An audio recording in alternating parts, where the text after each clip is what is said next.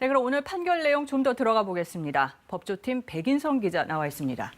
백 기자, 지난 1월에는 다른 위안부 피해자들이 낸 소송이 있었고 그때는 피해자들이 이겼잖아요. 이번 소송과 어떻게 다른 겁니까? 네, 위안부 피해자들이 일본 정부를 상대로 손해배상 소송을 냈습니다. 네. 그 두 건이 진행이 됐었는데요. 각각 다른 재판부에서 진행이 되어 왔던 사건입니다. 앞서 1월 선고한 재판부는 일본 정부에 대해서 불법 행위 책임을 인정을 했고 피해자 명당 1억 원씩을 배상하라고 했고요. 그렇죠. 오늘 선고한 재판부는 소송 요건이 되지 않는다며 배상 책임 여부를 판단하지 않고 각하했습니다. 근데 두 소송이 내용 자체는 같은데 왜 이렇게 다른 판단이 나온 겁니까?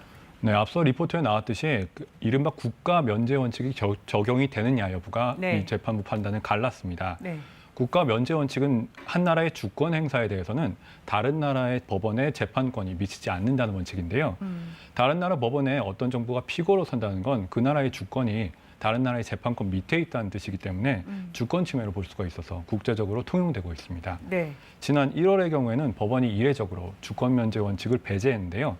다른 나라 국민에게 심한 인권 침해 행위를 해서 큰 손해를 입힌 국가가 주권 면제 이론 뒤에 숨어서 배상을 회피하는 것은 국제법 취지에도 맞지 않다는 판단이었습니다. 그때는 그랬는데 이번에는 재판부가 그 국가 면제를 인정했어요. 그러니까 일본 정부로 상대를 낸 소송은 한국 법원이 판단할 수 없다 이 얘기죠. 네, 그렇습니다. 네.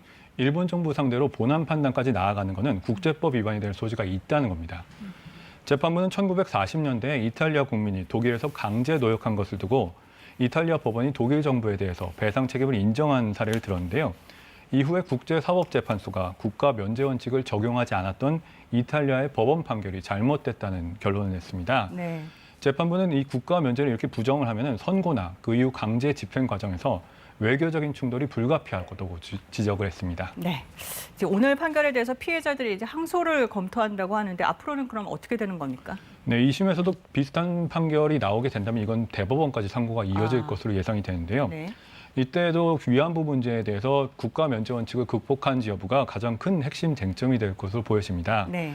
피해자 측도 이에 항소를 하면서 이 부분을 보강할 걸로 예상이 되는데요. 일본 정부는 지금까지처럼 무대응 원칙으로 일관할 것으로 예상이 됩니다. 대응 안 하고. 네. 네. 근데 오늘 판결이 지난 1월에 나온 판결에 영향을 주는 건 아닙니까? 네, 지난 1월에는 이미 일본이 항소를 하지 않아서 확정이 됐기 때문에 일본의 불법 행위 책임이 인정됐다는 그 판결에는 영향을 미치지 않습니다. 네. 또 미쓰비시 중공업이나 일본제철처럼 그 강제징용 관련 전범 기업들에 대한 그 재판이 진행이 되고 있는데요. 이 부분은 정부가 아니라 민간인이나 법인을 상대로 한 소송이기 때문에 국가 면제 이론이 적용이 되지 않습니다. 네. 그럼 이번 판결 놓고 한일 두 나라 반응은요? 네, 일본 정부는 그동안 지속적으로 국가 면제 이론이 적용이 돼야 된다 이렇게 주장을 해왔기 때문에 공식적인 논평은 자제했지만 내심으로는 당연한 결과라는 반응입니다. 네. 우리 외교부는 구체적인 언급은 자제하면서도 피해자 중심주의 원칙에 따라 정부가 노력하겠다고 밝혔습니다. 또 일본 정부가 스스로 표명한 반성 그리고 책임 통감의 정신에 부합한 행보를 보일 것을 촉구했습니다. 네, 백인성 기자 잘 들었습니다.